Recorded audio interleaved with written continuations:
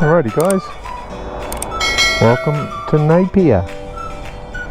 Just put the camera on because we've been copping a bit of wet weather, so I haven't bothered having the camera fitted to the helmet because it does not like the rain. I thought we'd just stop here, slam it on and get a bit of footage. Sadly we've passed probably the, what they call, I think it's the Marine Parade of Napier, but anyway, we'll get a bit of the bay around here, and we are going to be basically following the ocean right round all the way to Gisborne today, which I think is about 3 hours away. Can't actually remember.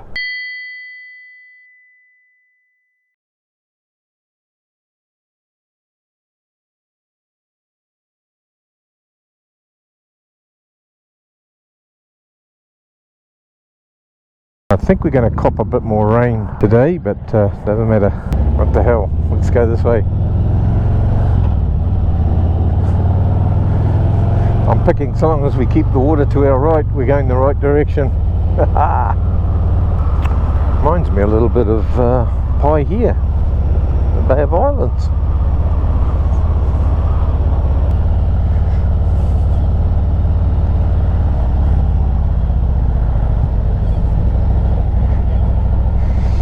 Everyone's out and about enjoying the sun while it lasts. Some massive construction going on over there. Don't know what those are, look like apartments. Wow. Wicked. National Tobacco Company. Couple of yatchets out there. Trying to grab a bit of wind. Seems like a hard case place to get out of Napier. Sort of double back right around on yourself almost. Anyway, that's to get to Gisborne, I mean. And we've just had lunch here in Napier with friends of ours, Alan and Vicky. So yeah, great to catch up. Haven't seen Alan for I don't know how long. And yeah, awesome old reunion, and they sheltered us lunch. Thank you guys, much appreciated. You're gonna, like I said, you're gonna have to come to the sunny far north now so we can reciprocate.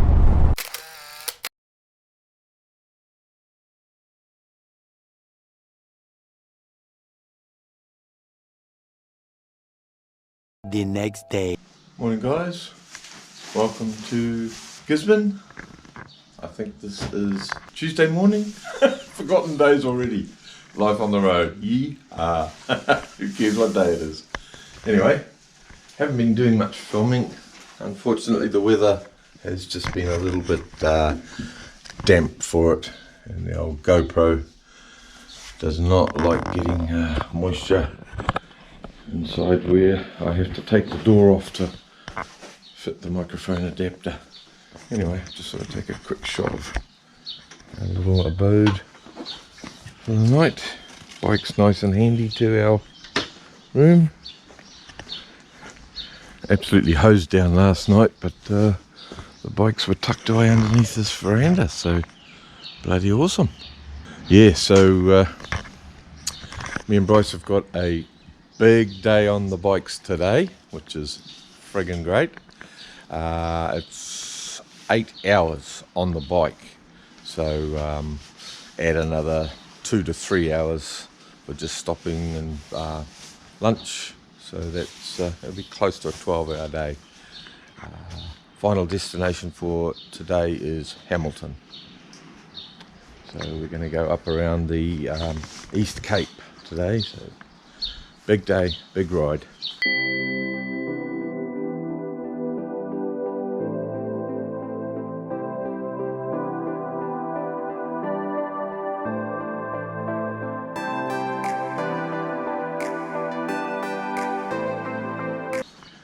I'll try and get a bit of footage, but I think by about lunchtime we're going to hit with some more rain, so might have to turn the GoPro off then. Anyway guys, we'll catch you further down the track. Cheers.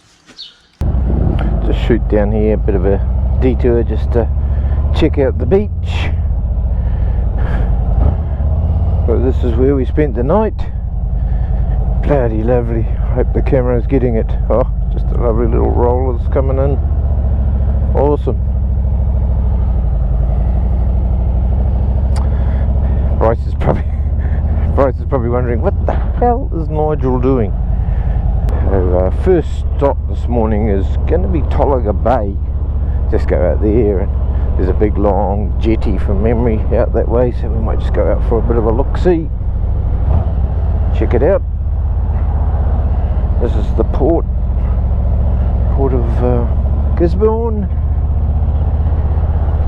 Bit of a foggy old morning here, leaving Gisborne this morning, and still pretty bloody good. Amazing coastline through here.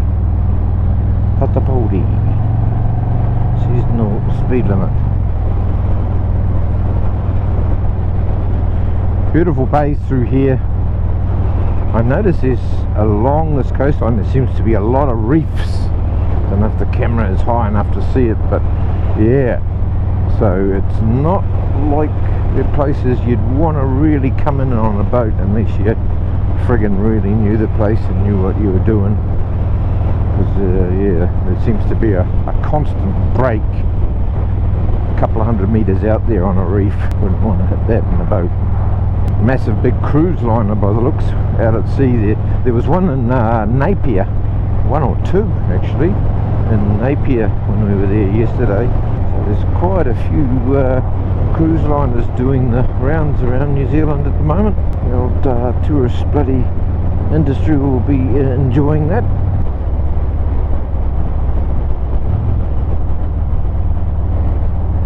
Pretty awesome beaches, pretty awesome campsites too, Jingoes.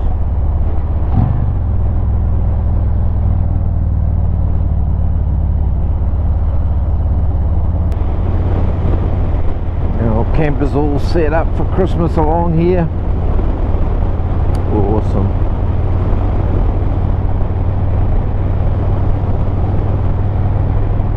Alrighty guys, just coming into Tolaga Bay.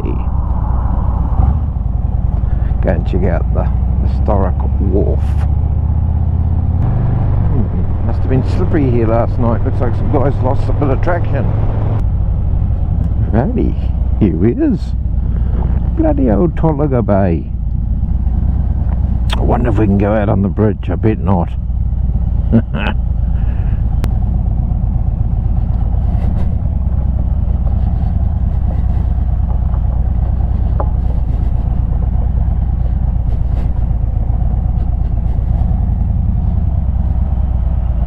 Look at that.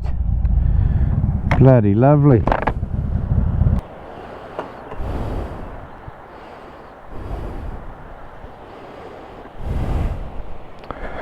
Might just have to put a stick under my stand.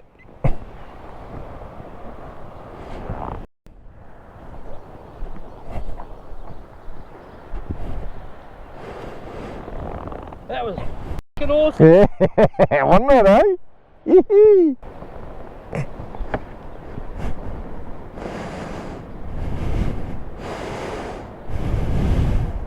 It'd be pretty good to ride out on that wharf.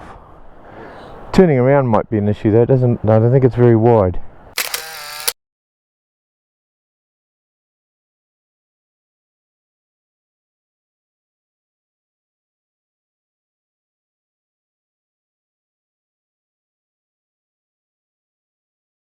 I'm going to guess and say we're coming up to Tokomaru Bay, guys.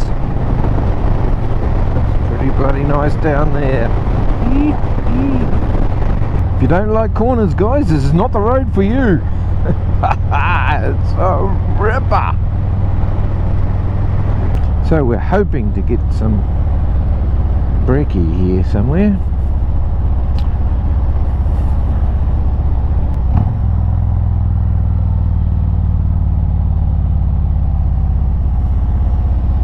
Cafe down here. Just not sure if it's open or not.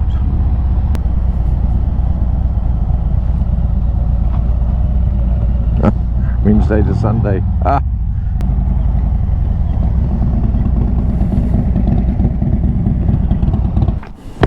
Bugger, Wednesday to Sunday. Well, looks like we're a day too early for the old Cafe 35 breakfast here in Tokomaru Bay, so we may have to forage in the local supermarket for something.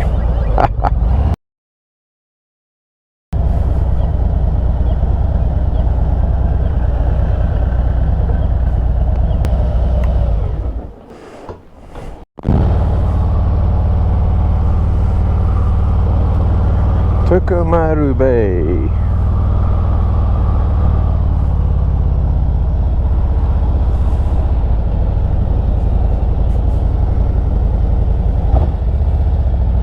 The old Tavern's seen better days, unfortunately. So has the Bank of New South Wales. We're just going for a bit of a mooch to go and check out the old historic wharf. I have been here before and seen it, but it was flaming years ago. So, something a bit different. I think it's where they used to take the wool in and out of this area by a boat. Oh, there we go. Old Tavern. That one's looking a bit better.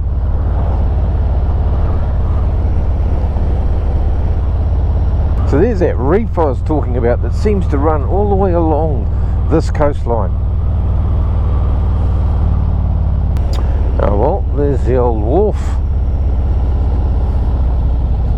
God, look at these buildings. Oh, you wouldn't want to go near that brickwork there. Look at it, just ready to drop. Oh shit, that's dangerous. Oh.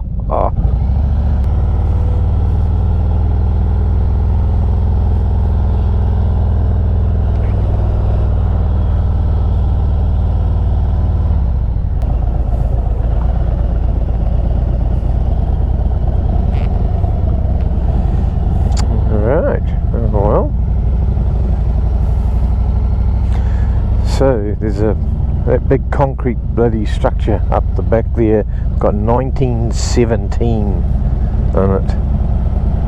Hey.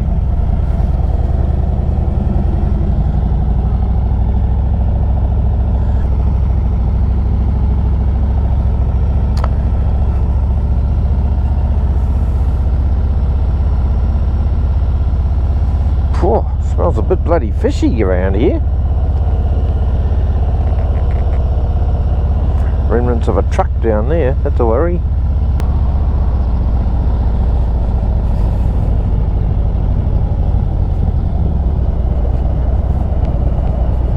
Primo spot in there. The New Zealand Shipping Limited. Probably short for company, I assume. Bloody old rooster.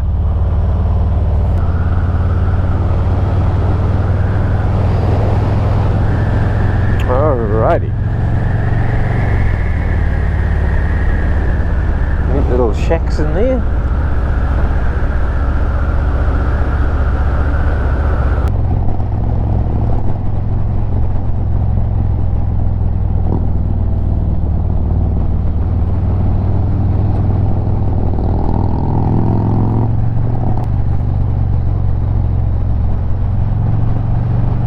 If I had $1 for every 30km/h sign I saw,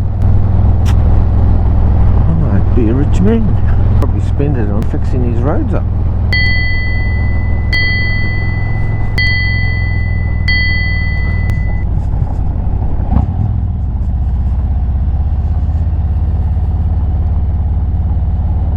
Far out.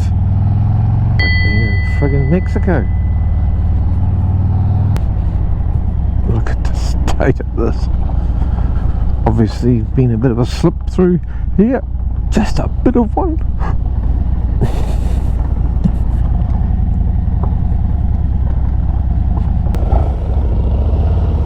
Oh, nice calm looking sea out there today.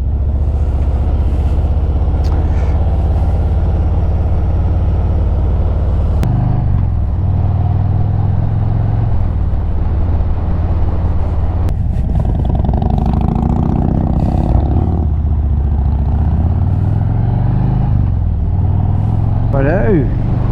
Next stop, Opotiki, maybe.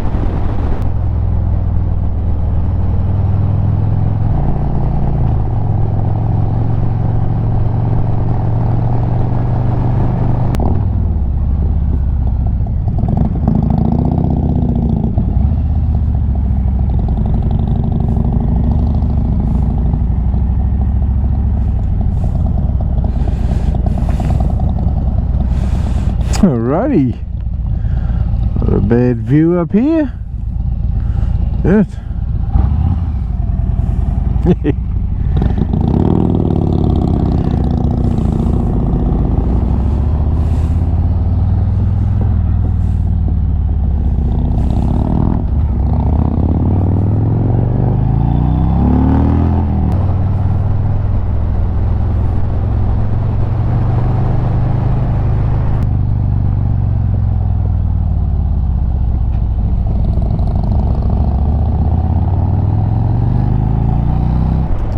Bay.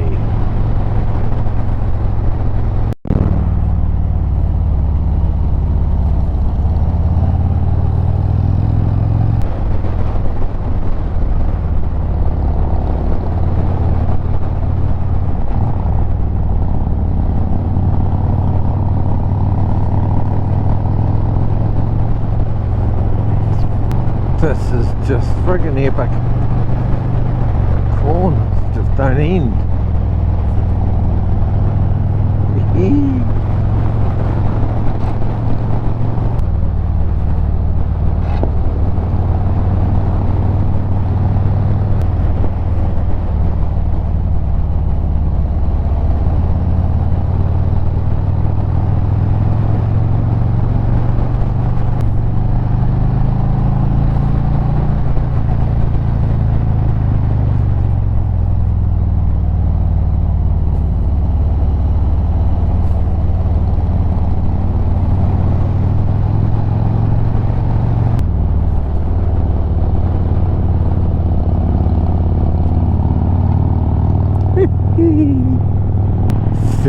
Kilometers an hour temporary.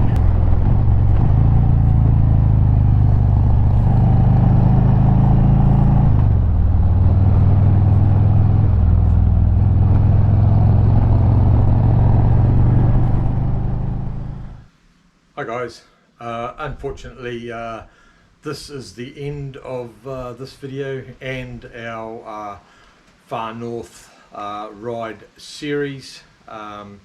Yeah, unfortunately I had an accident not long after this footage was taken that you've just watched. Yeah, ironically it was on a 100k area of road, probably one of the better pieces of road that we'd been on, and yeah, we were just taking a left hand corner. We were probably 2/3 of the way around, and my bike just went out from underneath me. I had no warning. I saw nothing in front of the bike. It was like just magic that the bike had just slipped clean out from underneath me. Yeah, it turned out there was a light sprinkling of loose gravel on the tar seal. The local cop that turned up at the accident site went back and had a look, and he said, yeah, it looked like somebody had dropped off some metal off the back of a trailer, you know, probably hit a bit of a bump, and the metal has come off the top of the pile and sprinkled across the road. Lucky for Bryce, he took the inside line, the very inside line of the left hand bend, and missed this gravel. I was probably another foot further towards the middle of the lane, so not much out of that inside wheel mark, shall we say. And yeah, sadly hit the metal and the bike just went out from underneath me.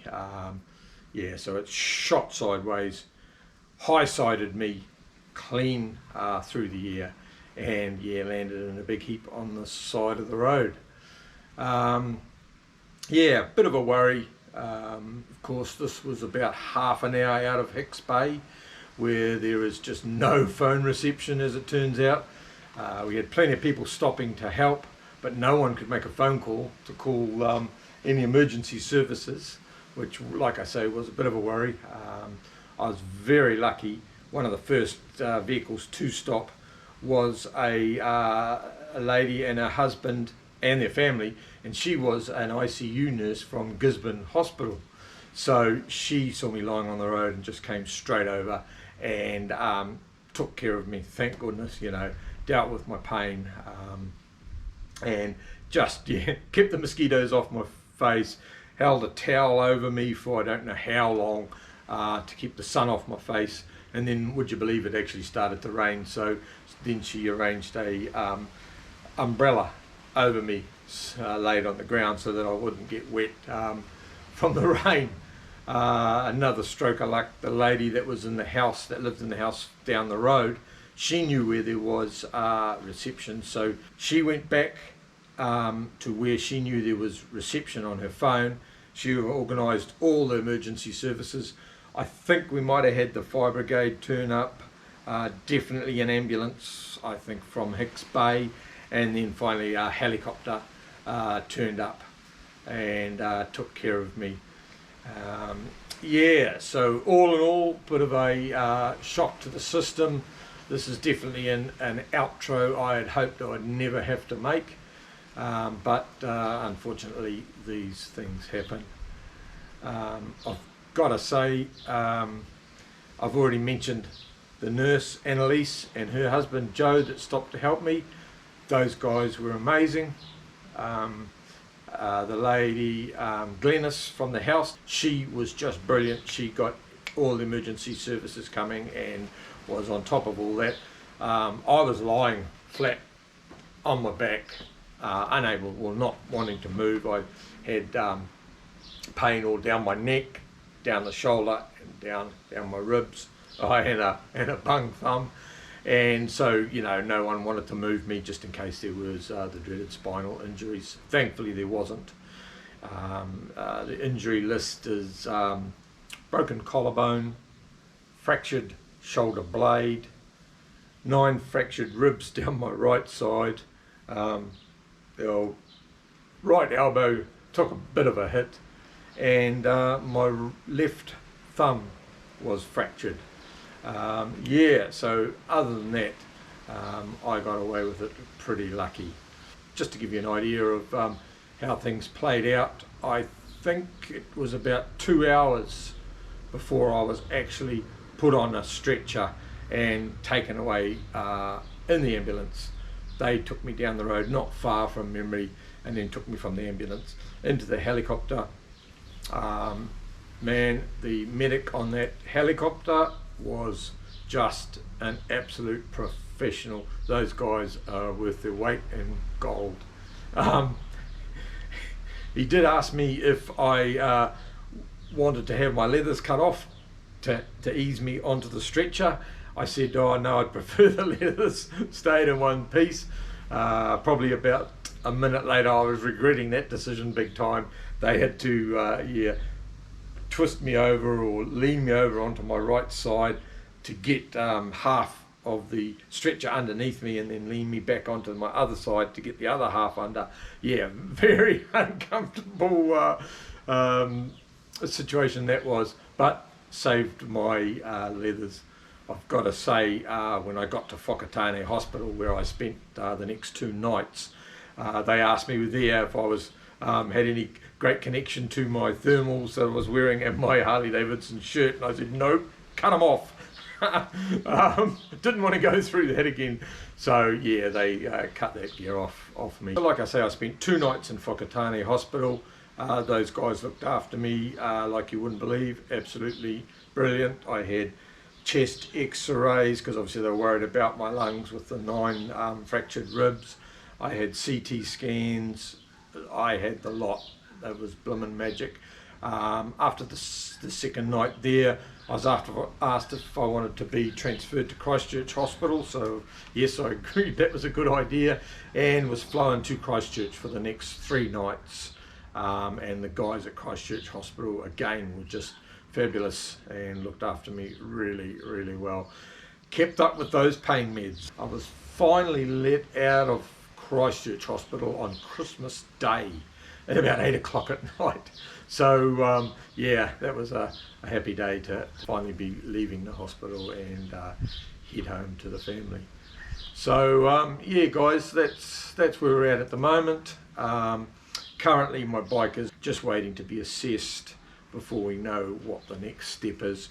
Obviously Medusa's not looking very flash, but it could all be just superficial damage and they might be able to repair it. I don't know. It's yeah, it's going to be down to the guys that do the assessment, of course, so we'll just have to wait and see on that one. Anyway guys, thanks very much for watching this video. Take care out there, keep an eye out for all those obstacles on those blind corners, and yeah, hope to catch you on the next one. Cheers guys. Hi guys, me here again. We all know how important wearing a helmet is, but yeah, I didn't think that I had hit the road with my head at all. You know, everyone that stopped and asked me how I was, asked me if I'd hit my head, and I went, oh no, I'm all good. Well, when I finally got all my gear back weeks later after the crash, this was my helmet. So yeah, hopefully it's showing up. It's yeah, it was quite a shock to see it in that state. Still got a bit of gravel stuck in the blooming visor there, but yeah, like I say, that was a little bit of a shock to the system. See the old vent, the top of the helmet there has just been torn clean off. Take care out there guys.